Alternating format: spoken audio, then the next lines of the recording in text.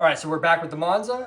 The plan for today is to finish what we didn't get done in the last video, get the rest of all of this out, see if we can clean it up, maybe do some stuff with the wiring, actually get the tack in. I want to rerun this wire, and then inside, do some more wire wheeling, maybe primer the floors, pull the carpet back out, maybe pull some of the rear interior out, see how that looks.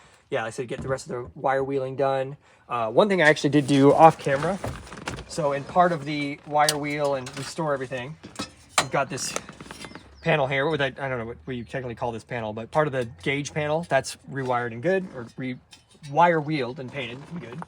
Yeah, just pretty much just clean it up and finish what we were doing last time, pull the dash out, get this heater box out, weigh everything, and then it's probably at a good stopping point, and so we start doing like a lot more mechanical stuff.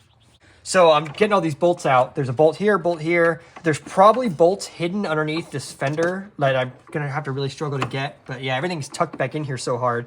It's really hard to figure out exactly how to remove this to begin with. The AC accumulator, I might have to like either cut it here or, you know, because it goes into the evaporator in the dash, and I don't think I can just pull it, remove it, and take it out. But it's, yeah, definitely gonna figure out how to do this as we're doing it. Okay, I guess there's less bolts than I thought there were. All right, see what's hanging up on down there. It looks like there's not a bolt stuck there, which I'm glad, because there's no way to get a wrench there. I actually managed to get this big nut on the back of the accumulator to spin. So I think I can actually remove the accumulator without having to cut it. And then I can actually get to these blower box bolts that I'm trying to get to. Okay, it's mostly moving. I think it's just being held in by a bracket. So I got this one out of this side, so at least I can move it around a little bit more. We're gonna go dig in the front in a bit and then pull the AC condenser out. Try to maybe keep this all in one solid piece, but I can get out of my way mostly for now. Yeah, it's way better. All right, so this is gonna come out in pieces. It's very brittle, so I can probably just break it out of the way. And then now we're free of this, so just go break more sections of it. Don't breathe this. All right, I've been breaking it to the point where it's so brittle you can like just snap it off with your hands. So I've got most of it off. I think I can maybe rotate enough to get that bolt head, because it also runs right next to the, I don't even see it in there without getting my hair in the way, but it's basically right here, and then you have the brake line going to the passenger. There we go. Okay, broke it off completely. So yeah, that's gone. I think the bolt, yeah, there's the bolt head sitting right there. That's the guy. There was no way to get to that because the box, and then this line prevents me from getting a socket on it. So now that's taken care of. So I pulled most of these little bolts out that I could find that I can actually reach.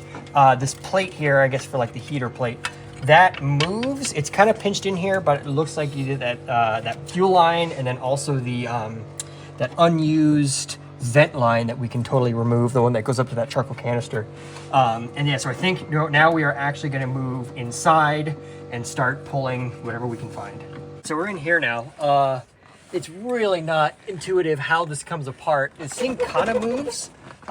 This metal dash, I believe, is all integral because it's just welded right here. Like it's not, and then this part of the dash can come out, but that we don't have to worry about that. If we move stuff around, we can see there's like big pieces. I'm trying not to like break this thing apart, but if it's not clear how it comes apart, yeah, I can't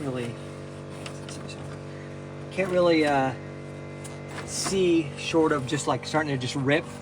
But yeah, none of this is usable anyway. So I guess just start ripping and see what we find.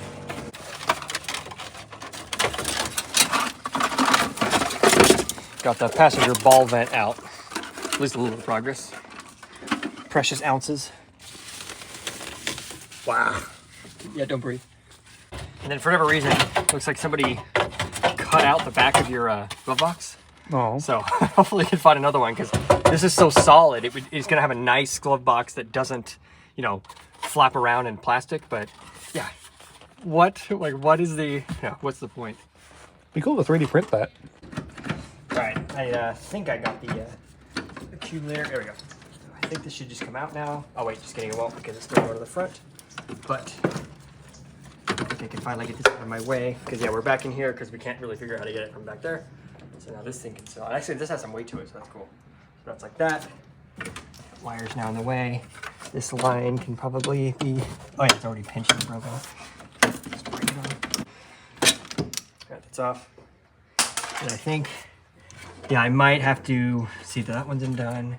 Yeah, this entire thing, I don't know if you can see because it's dark, but this entire thing moves, but it's kind of pinched in here. This is the fuel line, I believe. I might be able to take that off, but the dipstick tube's also in the way. But this line, oh, so you know, that's the brake. Okay, so both of these guys are like totally in the way, but if I get them out of the way, I might be able to get this thing up and over, and then maybe it might fall out of the front. All right, so we're kind of confused because it seems to be sandwiching together, but we can't really figure out like which way it goes.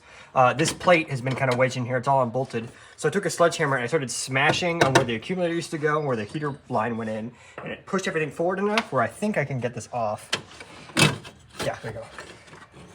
Finally. Okay, cool. So we've got this panel off that was super hard because of the way everything was sticking out of here. We'll probably retain that in some capacity. And then yeah, here we can see the back side of the heater box. And yeah, so we got the heater core right there. Actually, no, is that these are the heater core? Oh no, that's the evaporator. And then the heater core is around here somewhere. But I think now we can see that we're totally free.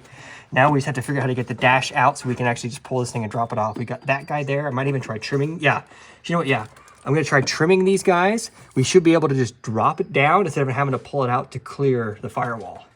All right, so we've been having a grand old time in here. We got the dash dropped. We have the column dropped. We just got the AC controls or HVAC controls to swing under. Everything is literally kind of like gridlock jigsaw together. So this is mostly, well, I partly broke that one. This one might be able to move now. We don't want to disconnect the speedometer for obvious reasons. But I think, all right, get underneath and try to see under. Yeah, like I said, this is undone. All right, if we can get this to vacate, then we can make a lot more room. I might try to just break this thing more.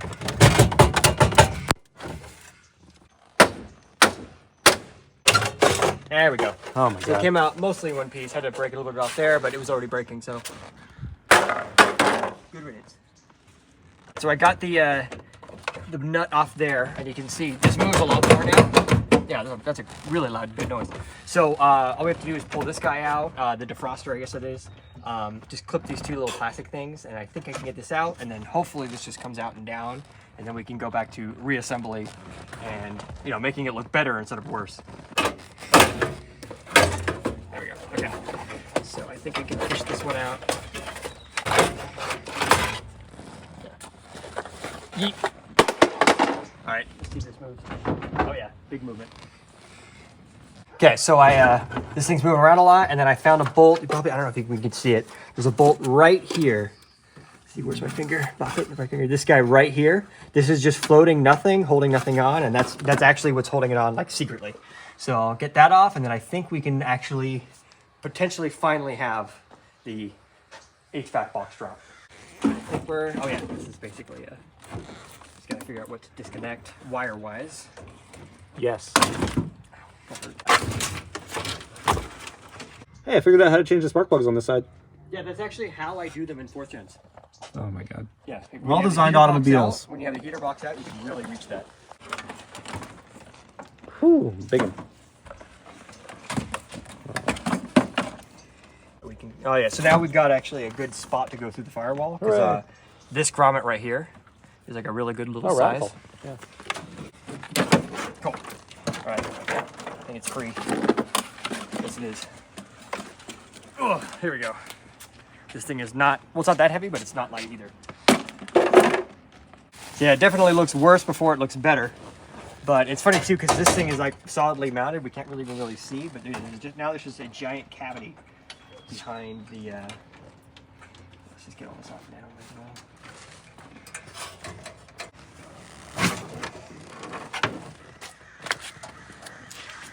All right, we've been doing some wire wheeling, vacuuming. It looks a lot better. One thing that's gonna start happening though is the same thing that happened with the El Camino. Notice all this wiring? This all now goes to nothing. So as stuff starts to go away, all the wiring that used to be there is just gonna look like clutter. So the longer we, start doing this, the more it's going to be like really rewire it. But I think I'm going to get a little bit more of this, and then we can technically start to put this back together and then see what we have as far as a big ass hole. Oh, we need to get rid of this, this other little like blower motor box thing I need to unbolt. Yeah, deep under there. get that, and then yeah, and then like I said, it'll actually look good again. It'll look better than when we started, not worse. You have the dash carefully going back in. Now that there's nothing behind it anymore, it should be a lot easier to get this thing in and out as we're pulling it to do more gauges and actually make it hella functional. The fuel gauge does technically work, we think. It does move when you turn the key on, but this thing's only ever had like 4 gallons of fuel in it at a time. So I feel like after this, once we get this thing back together, I think we might just try to go put more fuel in it. And then I also want to fix that filler neck because it leaks really bad from there because this hose is roasted. And then we might try a couple different remedies to fix this little flapper in here, which apparently gets caught in the fuel pump thingy for California. Whereas I've only ever filled this thing with the gas can, but gas canning this thing constantly is kind of a pain. And so the dash is mostly in. It's got to lift up and get the column, which I'm pretty good at now, getting in and out of this car. So I wire wheeled more of this floor, vacuumed it up, looks a lot better. I think we're done in here for the next few minutes. I want to go up here now and see if we can get out the AC condenser. See if we can drop this out and then have these out. And then I think I want to do is then take this thing on a test drive, see how it is with that just like wide open, see if we can put some more fuel in it. And then you ordered the the fuel hose. Yeah. Okay. Hopefully, so then we can go and get that, make it so that these can actually have fuel added to it without just spilling half of it. All right, so I just cut those other lines out for now. We can finally get rid of this charcoal canister. Oh, it's not very heavy. And then it's weird. I don't know. I don't know if have you noticed that on some of these, the battery's on this side? I have not. Okay, yeah. So I've looked at a lot of these cars, like 76 to 80s. A lot of them actually have the battery over here. I'm guessing maybe it's a California thing, having this thing and then move stuff around, and then also, like I said, having AC right here. So it looks like it might actually be pretty difficult to get the AC condenser out. So this is all Endura. This is rubber. It bolts underneath. I think I can unbolt it enough and flap it forward and try to pull it down, but it's bolted to the core support like going up, so it's definitely going to be pretty challenging to do. But I think I want to try to go and get fuel in it now, and then we can pull it in the light and then get that out afterwards. But in the meantime, I think I want to weigh what we have and then see, and then yeah, we'll add that weight afterwards. And so let's go ahead and weigh what we have. And then yeah, get your calculator ready. I think we're at 118 total. Somewhere in that range. And lift. So 18. 18. That's less than I expected. Bag of goodies. This one. 15. So 18 plus 15 is, so 18 33. plus, that's 136 for 18 plus 118. Yeah. And then plus 15, can you do that off the top of your head? Ooh, that's pressure. 151? 151, what do you think? This guy's probably going to be like a couple ounces. 2. So 153.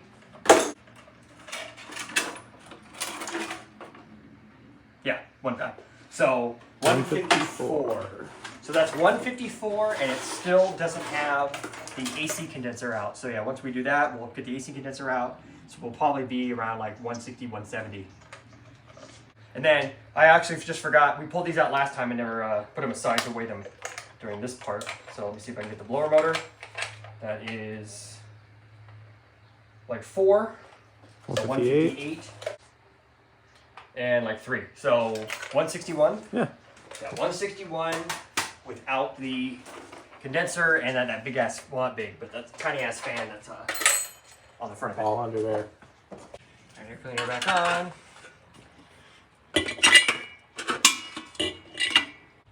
And to give you an idea of how low this hood is, we did actually put a dent firmly. Yeah, we over didn't the stud. actually try to do this. It just started denting and wiggling because Yeah, the motor and mounts are so fried, it's been scratching it. So Yeah. that's how much clearance we have. We're attempting to put gas in it and then seeing how miserable it is with that hole open. There.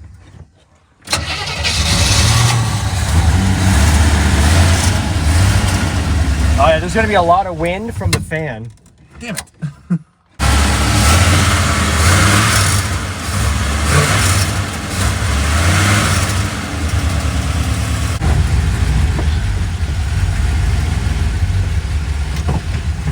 I think that's the right gear. Close enough.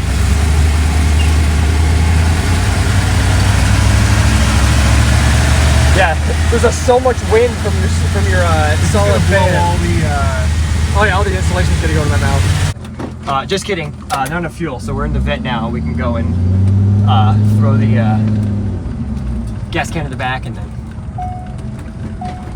run back, put gas in the Monza. Corvette to the rescue. Got the fuel. It's probably gonna just leak out of that thingy, but we got what we need. We'll show that in a sec. Look underneath, like look at the coupler. Oh, no, never mind. Yeah, so is it leaking a lot or not a lot? Well, there's none on the ground yet, but it's rather wet in there. So. All right, let's see if that did it. Let's run the fuel pump to the top.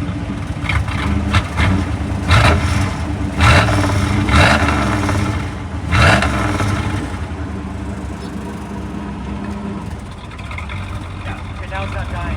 Hooray. Right. There you go. Go ahead and take this. I'll take that. Okay. Back from our little excursion, we got a bunch of fuel. We put like a gallon in and got it back here. One of the things we actually stopped by O'Reilly. Alec had ordered a really long, I don't know what this is from, fuel filler hose. So what we're going to try to do is either use some of it, most of it, to make a new one and then have it bolt up to the stock thing to have it stop dumping fuel everywhere. And then also try to remedy the, so in the tube, the metal tube, there's a flap that keeps catching on fuel pumps. So yeah, remedy that, and then like I said, when I get the light, we'll do some more wire wheeling, painting, and get back on it. So we got daylight again. I think what I'm gonna do now is just go crazy with the wire wheel, you know, vac all this up, see how much rust I can get off, can make it a nice paintable surface, and then also go back here. We haven't really spent a lot of time back here. Get all this up, wire wheel, get the rest of that up. Probably even pull this stuff, see what it looks like underneath. Probably pretty okay since it's been protected, but yeah, I'd probably take those off too, take those, get those rust inhibited. But yeah, get this all looking way better and ready for paint.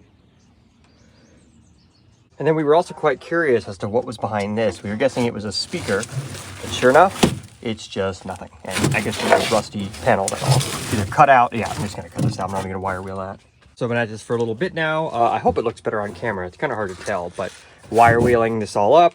I actually just got done washing basically the entire interior, scrubbing it with soap.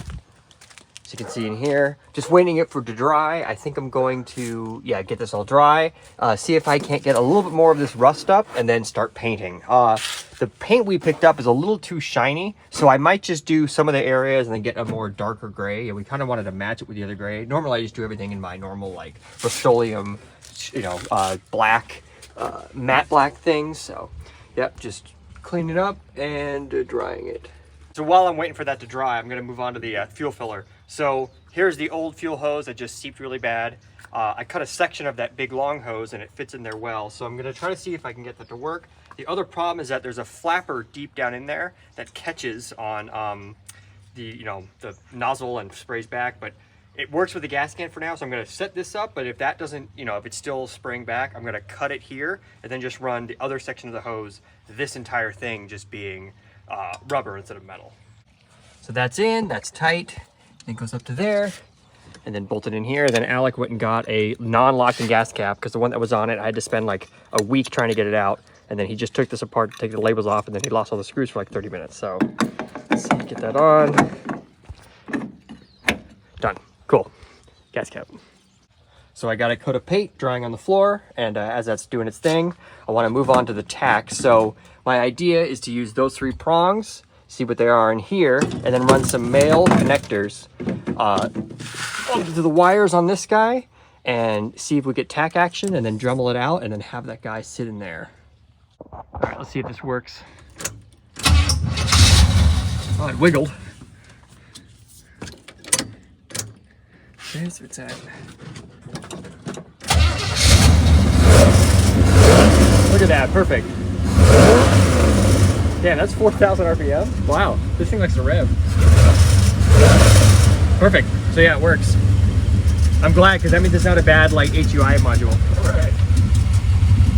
All right, so I've painted the floor. I might come, take all the stuff back out, paint it more a little bit later, but I'm really amazed at how well it actually came out, like how close that dark gray really was. But this seat's in, that seat's still out. The dash is causing major problems. We almost have it back in. We're trying to get it back into where it goes because the dash is what's going to be holding in the wood bezel, which then holds the tack in. So everything kind of does have to line up. We'll mess around with it a little bit longer, and if it doesn't go back together, then we'll just yeet it and figure something else out. But yeah, that's almost ready to go. But I want to quickly weigh everything else I pulled out before I forget. So I'm going to leave the AC condenser for another time. Either the front bumper has to come off, the whole front clip, or the radiator has to come out. There's no way to go up underneath there and get it. So that'll be another probably 10 pounds for that. And then guessing like that fan's another 10 pounds. But I've got a box here of just goodies that I pulled out as I was doing the interior. So let me go to this. So 12. So 12 plus 161 is what, 173? Okay, 173, and then I've got more over here. And then I got a bag of insulation. This was all like behind and all like chipping it out, and this stuff really adds up in weight. Like 9. So 173 plus, what's that, 182? Yeah, 182. So we are at 182 pounds out, not including the fan. So we're probably gonna get right at 200 without doing anything like majorly mechanical, all just removal. Oh, and the intake manifold. That's the only performance part that's been swapped out. All right, I think we're pretty much wrapped up. I got a bunch of stuff back sitting in here. This looks really good. We actually got it without soldering, or not soldering, dremeling. It's being held in by RTV right now. We'll take that back out and do it with actual like hot glue or something. But yeah, go ahead and fire it up and we'll do a test drive and see what it looks like having the tack function in person. Oh, I got glare on the, oh no. Oh, there we go. I can just barely do it and I can glare. All right, we're gonna try manually shifting. And hopefully with the glare, I can actually see the tag. Set it.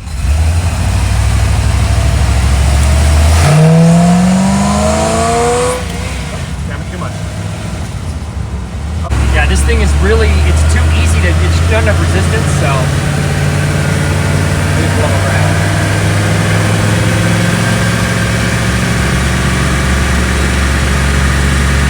So I'll shift it like 5,000, we're at 28.